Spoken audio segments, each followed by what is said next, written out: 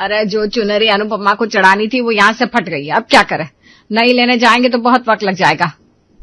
तो तुम्हें ध्यान रखना चाहिए था ना राधा। अब हो गई गलती, मेरा भी ध्यान नहीं था, कंगन में फंस गई चुनरी। रुचिता एक काम करो, तुम ये अपना लाल दुपट्टा दे दो, ससुराल की चुनरी होती है, वैसे भी ये काम कर जाएगा। सॉरी माँ जी, लेकिन ये मैं नहीं दे सकती। इस दुपट्टे में गोटे पट्टी का वर्क किया हुआ है, बहुत ही महंगा है ये दुपट्टा मेरा। अरे रुचिता बहू, मैं तुझे दूसरा दुपट्टा लेकर दूंगी ना। अभी अनुपमा को चुनरी डालनी है ना ससुराल के नाम की। आपकी पसंद को जानती हूँ मैं, आप इतनी कंजूसी करती है, कोई महंगी चीज लेती नहीं। मैं नहीं देने वाली आपको अपना दुपट्टा। रुचिता, सबके सामने ये सब बोलने की क्या जरूरत है, वो भी माँ के लिए। अनुपमा के मायके वालों के सामने रुचिता ने राधा को दुपट्टा देने से मना किया और साथ ही साथ उसकी बेइज्जती भी कर दी, जिससे राधा काफी शर्मिंदा सा महसूस कर रही थी। लेकिन अपने ससुराल वालों को यूं देखकर अनुपमा मुस्कुराती है और एक चुनरी उठाकर उस पर एक बड़ा सा ब्रॉच लगा देती है, जिससे चुनरी का फटा हुआ हिस्सा छुप जाता है। माँ जी देखिए, अब ये चुनरी और भी सुंदर लग रही है ना। अनुपमा, तूने तो बेटा हमारी मुश्किल को ही हल कर दिया। इसकी यही तो खासियत है बहन जी, हर मुश्किल में हंसती है और उसका हल भी ढूंढ लेती है। बहन जी, हमने अपनी बेटी का नाम अनुपमा रखा है, जिसका अर्थ होता है जिसकी कोई तुलना ही नहीं वो अपने आप में सुंदर हो। हाँ, आजकल ये नाम थोड़ा पुराना सा लगता है, लेकिन आप देखिएगा ये अपने नाम की तरह अतुलनीय है। मैं तो इंतजार कर रही हूँ कब ये हमारी बहू बनकर हमारे घर आएगी। जिसे देखो अनुपमा अनुपमा किए जा रहा है। कभी कभी तो मुझे लगता है मेरा ससुराल किसी सीरियल से कम नहीं है। अनुपमा के घर रोका करने के बाद सब लोग अपने घर वापस आ जाते हैं, लेकिन राधा को रुचिता के पराये घर में अपने ससुराल की बेइज्जती करने वाली बात अच्छी नहीं लगी थी, इसलिए वो बड़े प्यार से रुचिता को समझाती है। रुचिता, आज तुमने जो बर्ताव किया वो बिल्कुल सही नहीं था। तुम्हारा ससुराल कैसा भी हो, अच्छा बुरा या कंजूस, लेकिन एक स्त्री का धर्म है कि वो अपने ससुराल की लाज को बनाए रखे। माँ जी, अब इतनी भी कोई बड़ी बात नहीं है, आप कुछ ज्यादा ही सोच रही हैं। और मैंने सच्ची तो कहा है, अब कितना रोक रोक रोक करती है मुझे खाना बनाने पे, कुछ चीजें लेने पर, हर बात पे कहती रहती है मुट्ठी बंद करके चलो। तो मैंने क्या ही गलत कहा? अरे वो मैं इसलिए कहती हूँ क्योंकि तुम्हारा हाथ इन चीजों में बहुत ही ज्यादा खुला हुआ है। रसोई और घर को मुट्ठी बंद करके ही चलाया जा सकता है। माँ जी, अब सीधा सीधा कहिए ना कि आपको खर्चे करने से डर लगता है। मैं अपने मायके में किसी भी चीज के लिए एक बार भी नहीं सोचती थी। ये तो मुझे सुमेश से प्यार हो गया, नहीं तो। हाँ तो अब तुम यहाँ आ गई हो ना, अब ससुराल के प्रति भी तुम्हारे कुछ फर्ज है, उसे निभाओ। तो निभा तो रही हूँ, रोज खाना बनाती हूँ, सारे काम करती हूँ, अब और क्या अपनी जान दे दूं? रुचिता और सुमेश के बीच गर्मा गर्मी को बढ़ते देख राधा दोनों को शांत करवाती है और खुद आगे कुछ नहीं कहती। आखिर घर में कलेश किसको ही चाहिए, लेकिन राधा को उम्मीद थी कि अनुपमा के आने के बाद इस घर के हालात जरूर बदलेंगे और उसे देखकर रुचिता का भी बर्ताव बदल जाएगा। तुम चिंता मत करो, अनुपमा के आने के बाद इस घर में बहुत फर्क पड़ जाएगा। मैं भी तो वही चाहती हूँ। अब क्या सोचा है, शादी में क्या क्या चीजें लेनी है? हाँ, मैं सोच रही हूँ शादी में ज्यादा कुछ नहीं लेते। मेरे पास काफी भारी भारी साड़ियां पड़ी हैं, रुचिता के पास भी है। 6 महीने पहले उसे सुमित की शादी में बनारस से कपड़े लिए थे, वही पहन लेंगे हम। माँ जी, आप ले या ना ले, लेकिन मैं वो पुराने कपड़े नहीं पहनने वाली, बिल्कुल भी नहीं। अरे लेकिन वो कपड़े तो तुमने बस 2-3 घंटे पहने थे रुचिता बहू। हाँ, लेकिन कैसा लगेगा कि वही पुराने कपड़े मैं सोशल मीडिया पर डालूंगी? नहीं, आप ये भूल ही जाइए। ठीक है बहू, तुम ले लेना कपड़े, हमारे पास तो बहुत पड़े हैं, तो हम वही पहन लेंगे। आप मुझे कह रहे हैं कपड़ों के लिए? आप देखना आपकी अनुपमा कितना खर्चा करती है कपड़ों पर, लहंगे सूट्स पर, पता नहीं क्या क्या लेगी। अब बात तो रुचिता भी सही कर रही है, इसे क्यों रोक रही हो राधा? देखना नई बहू कितना खर्चा करके आती है अपने कपड़ों पर। अरे जीजी, आप कब आई? बस जब तुम लोग कपड़ों को लेकर लड़ाई कर रहे थे। अरे जीजी, लड़ाई कैसी? अब हम तो बस यही कह रहे थे कि सबके पास बहुत सारे कपड़े पड़े हैं। बुआ जी, इनका तो हर बार का यही रोना होता है, ये मत लो, वो मत लो, यहाँ खर्चा मत करो, वहां मत करो। बात खर्चे की नहीं है, कपड़ों पर खर्चा करने से अच्छा है कि कोई गहना ले लो जो आगे चलकर काम भी आ जाए।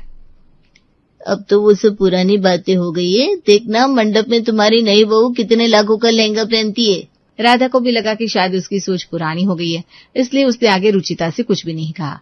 और मंडप में अनुपमा ने सच में काफी भारी लहंगा पहना था जो बहुत ही महंगा दिख रहा था। रुचिता को तो उसी वक्त मौका मिल गया था अपने ससुराल वालों को नीचे दिखाने का। आइए देवरानी जी, आपका आपके ससुराल में खूब खूब स्वागत है। एक बात तो है, नई दुल्हन तुमने इतना सुंदर लहंगा पहना है कि सबकी नजरें तुमसे हट ही नहीं रही थी। थैंक यू बुआ जी। अब सुंदर है तो महंगा तो होगा ही। आजकल ऐसे सुंदर लहंगे सस्ते नहीं मिलते। माँ जी मैं बता रही हूँ आपको, कम से कम 1 लाख का तो होगा ही। नहीं भाभी, ये लहंगा मैंने पुरानी साड़ी में से तैयार किया है, इसमें बस कुछ 1000 रुपए लगे हैं। अब मजाक मत करो अनुपमा, यहाँ कोई तुम्हारी बात पर विश्वास नहीं करेगा। मैं सच कह रही हूँ भाभी, ये देखिए फोटो मेरी फोन में, मैंने इसी साड़ी में से ये लहंगा बनवाया है। यही नहीं, मेरी मम्मी की कुछ पुरानी साड़ियां पड़ी थी, उसी में से मैंने अपने लिए कुछ सूट्स भी बना लिए। वाह, तुम तो बड़ी कंजूस निकली छोटी बहू। बुआ जी, ये जो पैसे इन सब में मैंने बचाए, उसी से मैंने सोने का हार ले लिया। ये देखिए। सोने का हार? वाह, बहुत सुंदर है। अनुपमा, तुमने तो आते ही आज मेरा मन जीत लिया। सच में आजकल की लड़कियों को ये सब पुरानी बातें लगती है, लेकिन तुमने साबित कर दिया कि अगर सही तरीका अपनाया जाए तो कपड़े भी सुंदर बन सकते हैं और बचत भी हो सकती है। ये माँ जी मुझे ताना मार रही है, मैं जानती हूँ। अब नई बहू आ गई है तो मुझे नीचे दिखा रही है, लेकिन मैं भी साबित करके रहूंगी कि हर बार जुगाड़ काम नहीं आता। मैं भी देखती हूँ आपकी ये अनुपमा कब तक इस घर में टिक पाती है। वो कहते हैं ना, अब दूसरों की कामयाबी को अपनी हार समझने लगते हैं। बस रुचिता के साथ भी वही हो रहा था। उसने खुद ने तो कभी बचत के बारे में सोचा नहीं था, लेकिन अनुपमा की समझदारी भी उसे खटक रही थी। उसने मन में ठान लिया था कि वो कैसे भी करके अनुपमा को हरा कर ही दम लेगी। आज अनुपमा की पहली रसोई है। मैंने आज तक देखा है कि वो कैसे हर बात को समझदारी से हैंडल कर लेती है, लेकिन असली परीक्षा तो उसकी रसोई में होगी। तुम चिंता मत करो, जैसा उसका नाम है वैसा ही उसका खाना भी होगा। तुम देखना, आज इस रसोई में वो होगा जो कभी नहीं हुआ है। हाँ, जैसे मैं तो इनको भूखा ही रखती हूँ, वो होगा जो कभी नहीं हुआ। आसमान से उतरी है क्या ये अनुपमा? अनुपमा तुम आ गई, बड़ी सुंदर लग रही हो बहू। प्रणाम माँ जी। आज पहले ही दिन तुम लेट उठी हो अनुपमा, क्या बात है? नहीं, अनुपमा तो कब की उठ गई थी रुचिता बहू। उसने मंदिर में आरती की, उसके बाद तुलसी की पूजा की, हमें चाय बनाकर पिलाई। हाँ ठीक है। अनुपमा, आज तुम्हारी पहली रसोई है। बहू, आज तुम सबसे पहले मीठे में कुछ बनाना और मंदिर में रख देना। उसके बाद आज तुम्हें सब कुछ बनाना होगा, जैसे दाल, चावल, रोटी, सब्जी। मुझसे तो सब कुछ नहीं बनवाया था। तुम्हें बनाने को कहते तो तुम बस मुंह बनाती और कुछ नहीं। क्या कहा? कुछ नहीं। आज मैं भी अनुपमा को एक टास्क दे रहा हूँ। हाँ भैया, कहिए ना, मुझे क्या करना होगा? मुझे मालपुए बड़े पसंद है, लेकिन आज तक वो सही से कभी बन नहीं पाए, इसलिए आज तुम्हें मेरे लिए वो बनाने हैं। बस इतनी सी बात, मालपुए बन जाएंगे। देख लो, सोमेश को ऐसी वैसी चीज पसंद नहीं आती अनुपमा। पता नहीं तुम्हें कैसे पसंद कर लिया मैंने। क्या? अरे कुछ नहीं आता हूं मैं।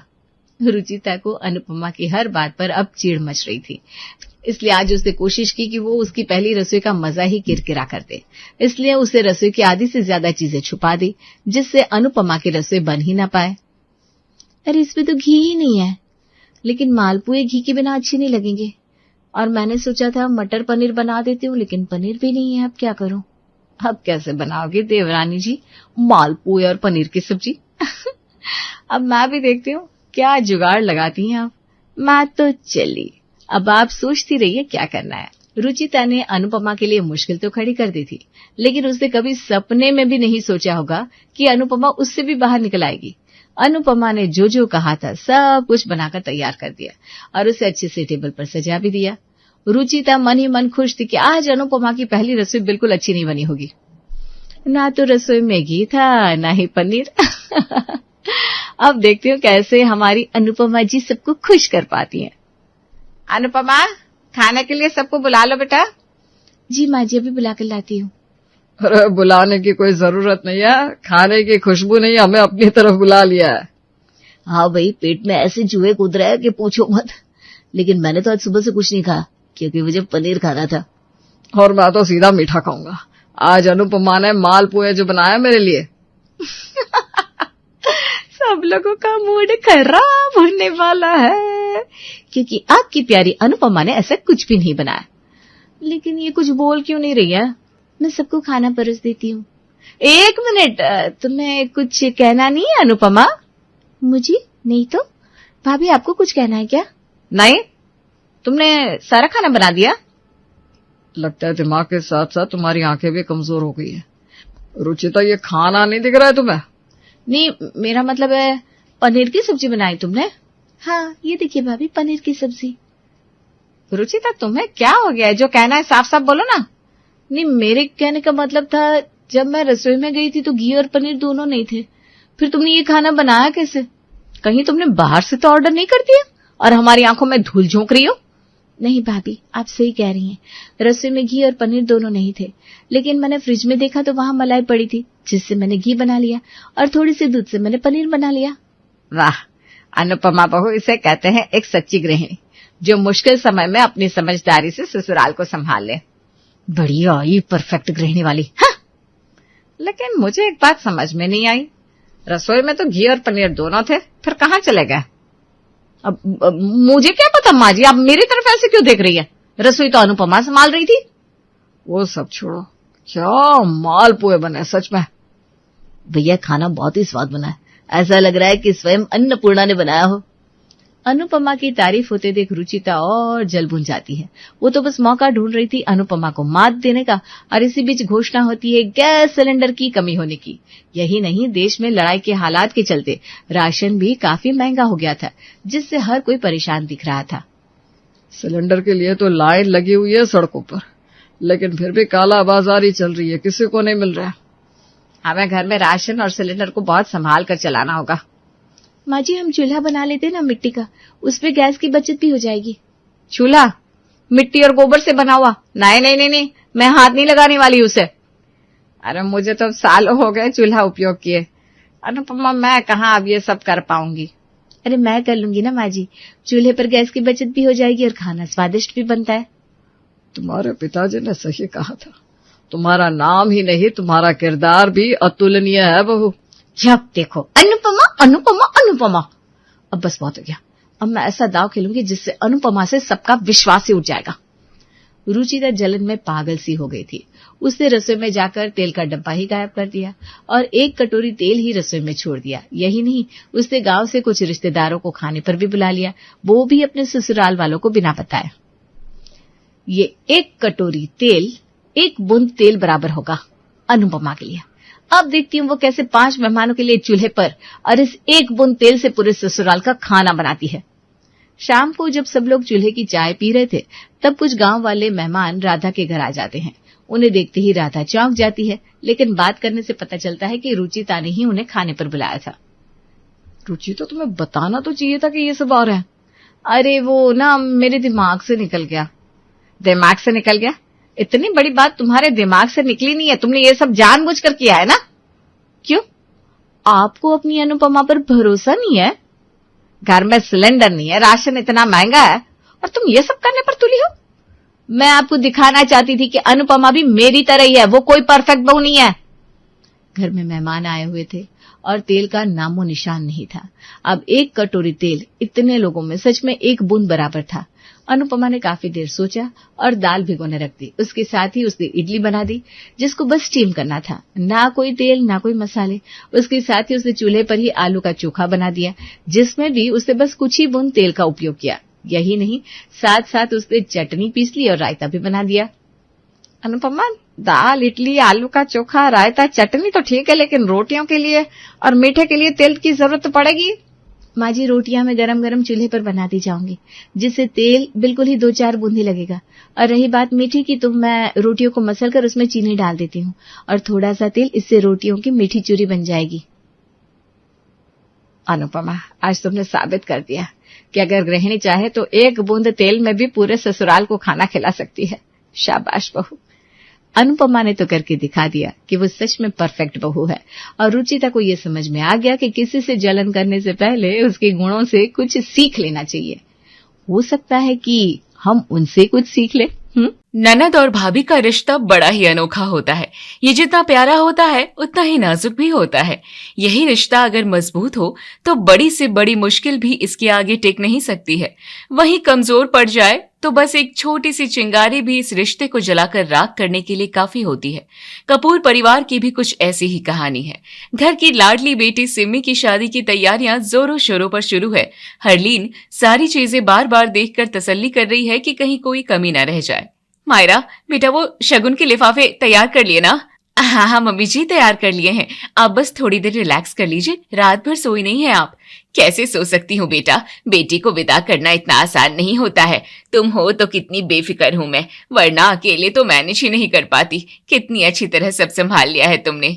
संभालूंगी क्यों नहीं मम्मी जी, मेरी इकलौती प्यारी सी ननद की शादी जो है, उसके सारे अरमान पूरे करूंगी मैं। तुम दोनों ननद भाभी का प्यार हमेशा ऐसा ही बना रहे, किसी की नजर न लगे तुम दोनों के रिश्ते को। वैसे सिमी है कहाँ, सुबह से दिखाई नहीं दी। सिमी पार्लर गई है मम्मी जी, कल से सारे फंक्शन शुरू हो जाएंगे, मैंने ही उसे अपनी फ्रेंड के पार्लर भेजा है। मायरा और उसकी ननद सिमी दोनों लगभग हम उम्र ही थी। दोनों का रिश्ता ननद भाभी से ज्यादा सहेलियों सा था। एक तरफ सिमी को मायके और खासकर मायरा से बिछड़ने का दुख था, तो वहीं दूसरी ओर नई शुरुआत होने की खुशी भी। पार्लर से आने के बाद सिमी मायरा के कमरे में आती है। भाभी, आपकी फ्रेंड ने तो मुझे बड़ी ही स्पेशल ट्रीटमेंट दी है, खूब अच्छे से किया है सब काम। हाँ, तो मैंने उसे पहले ही बता दिया था कि भाई मेरी लाडली ननद आ रही है, बेस्ट से बेस्ट होना चाहिए सब। अच्छा लगा ना तुम्हें? हाँ भाभी, एकदम बेस्ट। अच्छा भाभी, आज हमें टेलर के पास जाना है ना? तुम्हें कहीं नहीं जाना है मैडम, मैं जा रही हूँ। आज से लेकर शादी तक तुम्हारा बाहर जाना एकदम बंद। जो भी काम है वो मैं देख लूंगी। तुम अब बस रिलैक्स करो, चेहरा ग्लोइंग दिखना चाहिए तुम्हारा। सिमी अपने कमरे में चली जाती है। मायरा अपना फोन देखती है तो उसकी मम्मी के 11 मिस्ड कॉल्स स्क्रीन पर चमकते हैं और वो तुरंत उन्हें फोन करती है। फोन करते ही सामने से बमबारी शुरू हो जाती है। कितनी बार तुझे फोन लगाया बेटा, अब जाकर फुर्सत मिली है अपनी माँ से बात करने की, लगी होगी काम में। इकलौती ननद की शादी है, भाभी भी मैं इकलौती हूँ, तो काम तो करूंगी ही ना मम्मी, कैसी बात करती हैं आप? मैंने कितनी बार समझाया था मायरा कि दामाद जी को शादी में ज्यादा पैसे लुटाने मत देना, लेकिन तूने मेरी बात नहीं मानी। सारी जिम्मेदारी तुम दोनों ने अपने सिर ओढ़ रखी है। तेरे ससुर जी इतना पैसा छोड़कर गए हैं, उसका क्या चार्ज डालना है तुम लोगों को? मम्मी, सिमी का कन्यादान हम दोनों कर रहे हैं, तो फिर जिम्मेदारी भी हमारी ही हुई ना। और फिर हम कोई कर्जा उठाकर तो शादी नहीं कर रहे हैं। आपके दामाद इतना अच्छा कमाते हैं, सब अच्छे से मैनेज हो जाएगा, आप फिक्र मत करो। कन्यादान कर रहे हो? लो, मतलब आगे की सारी जिम्मेदारी भी तुम्हारी हुई। उसकी ससुराल भी उसी शहर में है, देख लेना अब आए दिन कोई ना कोई डिमांड लेकर आ जाएगी, उठाते रहना फिर उसके नाज नखरे। आगे का आगे देखेंगे मम्मी, अभी तो मैं बाजार जा रही हूँ, सिमी का कुछ सामान लाना है।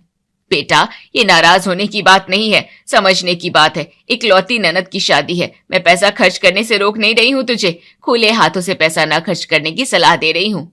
मायरा अपनी मम्मी की बात को दिमाग से निकाल देती है और शादी की तैयारियों में जुट जाती है।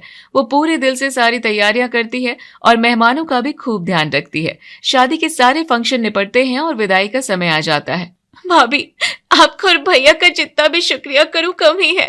आप दोनों ने मेरे माँ बाप बनकर मेरी विदाई की है, मेरे सारे अरमान पूरे किए हैं आप दोनों ने। मैं ये कर्ज कैसे उतारूंगी? ऐसा मत कहो सिमी, तुमने तो मेरे जीवन में एक बहन की कमी पूरी की है, बल्कि बहन से भी बढ़कर हो तुम मेरे लिए। हम दोनों तो हमेशा तुम्हारे साथ हैं और रहेंगे। थैंक यू भाभी। मम्मी, अपना ख्याल रखिएगा। वैसे भाभी की होते हुए मुझे आपकी और भैया की चिंता करने की जरूरत ही नहीं है। सबकी आंखों में आंसू छोड़कर सिमी ससुराल चली जाती है और पूरा घर सूना हो जाता है। इसी तरह 1.5 साल बीत जाता है। मायरा और रंजीत सिमी के हर पहले फंक्शन खूब अच्छे से करते हैं। सिमी प्रेग्नेंट हो जाती है और डिलीवरी के लिए मायके आने वाली होती है। ये बात मायरा अपनी सहेली रीना को बताती है। तू बड़ी भोली है मायरा, तू भाभी है सिमी की, माँ नहीं। बस हर बार आगे बढ़कर जिम्मेदारी उठा लेती है। उसके पहले साल के हर पहले त्योहार और फंक्शन में खूब पैसा लुटा दिया है तुम दोनों ने, अब ये डिलीवरी का नया खर्च। अरे तो क्या हो गया भाई, सिमी मेरी छोटी बहन जैसी है और फिर भगवान की कृपा से हमें क्या कमी है। मैं इन छोटी छोटी बातों के लिए क्यों सोचूं? तेरी मम्मी बिल्कुल सही कह रही थी मायरा, जब तक तुझे ठोकर नहीं लगेगी ना तेरी आंखें बंद रहेगी। तेरी ननद भी भाई से जरूर पैसे ऐंठती होगी, ये नंदों की आदत ही रहती है। मैं मेरी एक्सपीरियंस से तुझे बता रही हूँ, समझना है तो समझ जाना। तो मम्मी ने तुझे मुझे समझाने के लिए कहा है? मम्मी भी ना, उनसे तो मैं बाद में बात करूंगी। पहले तो मेरी एक बात अच्छे से समझ ले, मेरी ननद बाकी नंदों की तरह नहीं है, मैं उसे बहुत अच्छे से जानती हूँ। चल बाय, बाद में बात करते हैं। मायरा गुस्से से फोन बंद कर देती है और अपने आप से कहती है, मम्मी भी ना, मैंने उनकी बात नहीं मानी इसलिए अब रीना से मुझे फोन करवा रही है, हद है। अगले दिन, मायरा कल सिम्मी आ रही है, अब ये भी काम तुम्हें ही देखना है बेटा। मेरी तबीयत की वजह से मैं चाह कर भी कुछ नहीं कर पाती हूँ। तुम पर यूं ही पूरी जिम्मेदारी छोड़ देना मुझे बिल्कुल भी अच्छा नहीं लगता है, लेकिन मेरी भी मजबूरी है बेटा। मम्मी जी, आप इतना क्यों सोचती हैं? हमने सिम्मी का कन्यादान किया है, हमारी जिम्मेदारी है सिम्मी। क्यों जी? और नहीं तो क्या मम्मी, जब मुझे या मायरा को कोई परेशानी नहीं है तो फिर आप बिना वजह क्यों टेंशन ले रही हैं? हम दोनों है ना। हरलीन दोनों को प्यार से देखती है और मन ही मन खूब सारे आशीर्वाद देती है।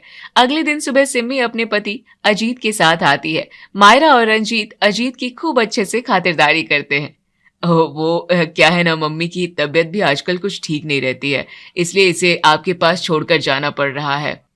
अरे ये तो सिम्मी का अपना घर है और फिर पहली डिलीवरी तो मायके में ही होती है, आप फिक्र ना करें। अजीत निश्चिंत होकर चला जाता है। मायरा सिम्मी का खूब अच्छे से ध्यान रखती है। एक दिन सिम्मी को देखने के बहाने मायरा की मम्मी और चाची आती है और कमरे में ले जाकर समझाती है। बेटा, हम देख रहे हैं कि तेरी सास तो सारे काम तेरे मत्थे मड़कर बीमारी का बहाना मारकर बैठ गई है और तू नौकरानियों की तरह ननद की चाकरी करने में लगी है। अरे ये नंदे कभी कभी भाभी की सगी नहीं होती है, मेरी बात समझ ले तू। ऐसी कोई बात नहीं है मम्मी, हर किसी का अनुभव एक साथ नहीं होता है। बेटा, आज तुझे मेरी बात जहर लग रही है, कल को इसे ही याद करके पछतावे के आंसू रोना पड़ेगा। मेरी बात ना सुन, तेरी चाची से तो मानेगी, बता छोटी इसे। बेटा, ये नंदों के लिए करना और उन्हें लेना देना एक लिमिट में ही ठीक रहता है। यही नंदे काम निकल जाने पर सबसे पहले ठेंगा दिखाती है भाभी को। तुम्हारी बुआओं का देखा नहीं क्या तुमने? आज डिलीवरी का खर्च, उसके बाद बच्चे का खर्च, उसके पहले त्योहार, बाद में भी लेन देन छूटेगा नहीं। सब करो बेटा, लेकिन हाथ रोक कर। ननद के ससुराल वालों को अपने खुले हाथ दिखा दिए तो बाद में पछताना पड़ेगा। ये इंसान का स्वभाव होता है कि जब एक ही बात उसके सामने बार बार दोहराई जाए तो वो उसे ही सही मान लेता है। मायरा के मन पर अपनी माँ, चाची और सहेलियों की बातों का पूरा तो नहीं, लेकिन थोड़ा असर तो हो ही चुका था। एक दिन वो सिम्मी को अजीत से बातें करते हुए सुन लेती है। कोई बात नहीं ना, आप इतनी फिक्र मत कीजिए, कारोबार में तो उतार चढ़ाव लगा ही रहता है। मैं भैया से बात करके देखती हूँ, वो जरूर हमारी हेल्प करेंगे। अजीत जी का फोन था ना? क्या हुआ, तुम टेंशन में दिख रही हो? हाँ भाभी, टेंशन की ही बात है। वो अभी बाजार के हाल तो आप जानती हैं, कितनी मंदी चल रही है। अजीत का भी बिजनेस कुछ ठीक नहीं चल रहा, व्यापारियों के पैसे चुकाने की दिक्कत हो रही है। ओह, ये तो ठीक नहीं हो रहा है। तुम्हारे यहाँ कोई नहीं है क्या हेल्प करने के लिए? नहीं ना भाभी, रिश्तेदारों का तो आप जानती हैं, बस अच्छे दिनों के लिए ही होते हैं। बस सगे रिश्तेदारों के नाम पर ले देकर एक ननद है, लेकिन पता नहीं वो भी हेल्प करेगी कि नहीं। भैया ही कुछ कर सकते हैं अब। लगता है मम्मी और रीना बिल्कुल ठीक कह रही थी, अब इसका शुरू हो गया पैसे ऐंठना। देखते हैं रंजीत क्या कहते हैं। कहाँ खो गई भाभी? कहीं नहीं, रात को तुम अपने भैया से बात करके देखना। हाँ भाभी, मुझे पता है भैया मना नहीं करेंगे। फिर बस कुछ दिनों की ही बात है, एक बार फिर से सब ठीक हो गया तो भैया की ये पैसे भी लौटा देंगे। सिमी रंजीत को सारी बात बताती है और वो तुरंत कहता है, सिमी तुम बिल्कुल फिक्र मत करो, अजीत से पूछ लो उसे कितने पैसों की जरूरत है, मैं कल ही पहली फुर्सत में उसे ट्रांसफर कर दूंगा। और अब इस कंडीशन में ज्यादा टेंशन मत लेना, बिजनेस में तो ये सब चलता ही रहता है, आज उतार है तो कल चढ़ाव होगा, फिर मेरे होते हुए तुम्हें किसी बात की चिंता नहीं करनी है। रंजीत की बातों से सिम्मी तो बेफिक्र हो जाती है, लेकिन मायरा के मन में वो चिंगारी सुलग ही जाती है जो धीरे धीरे इस प्यारे से रिश्ते को जलाकर राख कर देने वाली थी। प्रेगनेंसी की वजह से सिम्मी को दिन भर कुछ न कुछ खाने की इच्छा होती रहती थी और वो कभी मायरा को तो कभी अपनी मम्मी को कहती रहती थी। एक दिन, मायरा बेटा, सिम्मी की डिलीवरी पास आ रही है, हमें उसके लिए तैयारी शुरू कर देनी चाहिए। मैं सिम्मी के पास रुकती हूँ, तुम मार्केट से ड्राई फ्रूट्स और बाकी जरूरी चीजें लेकर आ जाओगी बेटा। हाँ हाँ, क्यों नहीं, मुफ्त की नौकरानी जो हूं मैं, घर में हर समय किचन में रहो और ऊपर से बाजार से ये लाओ वो लाओ। सही कह रही थी मम्मी, अब डिलीवरी के सारे काम मेरे ही सिर पर पड़ने वाले हैं। मायरा सारा सामान लेकर आ जाती है और कमरे में आकर रीना से अपने मन की भड़ास निकालती है। तुम और मम्मी सही कह रही थी रीना, मुझे ना अपने आप पर कंट्रोल रखना चाहिए था, अब देखो सारी जिम्मेदारी मुझ पर थोप रखी है। अभी से परेशान हो गई? अरे अभी तो शुरुआत है मेरी जान, अभी कुछ दिनों में तुम्हारे काम और खर्चे दोनों बढ़ने वाले हैं। बेटी दामाद ने तो खाता खोल ही दिया है, अब बच्चे की बारी है। हाँ रे, लेकिन क्या करूं? फोन रखकर मायरा बेमन से नीचे आती है और देखती है कि रंजीत कुछ पैसे सिम्मी को दे रहा था। अब चुपचाप रख ले, अपने भाई से ले रही है, किसी पराये से नहीं, मेरा हक है देने का। कल अजीत आएगा तो उसे दे देना और उसे समझा देना कि शर्मिंदा होने की कोई जरूरत नहीं है, ये तेरे हक के पैसे हैं। क्यों माँ? और भाई के होते तू किसी और से मदद मांगती अच्छी लगेगी क्या? भगवान का शुक्र मान कि आज के जमाने में भी तुझे ऐसे भाई भाभी मिले हैं।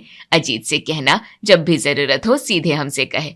मायरा के मन में बात खटक जाती है और वो रात को धीरे से रंजीत से पूछती है, आपने कुछ दिनों पहले ही तो अजीत भाई साहब को पैसे दिए थे, फिर आज इतने पैसे, क्या बात है?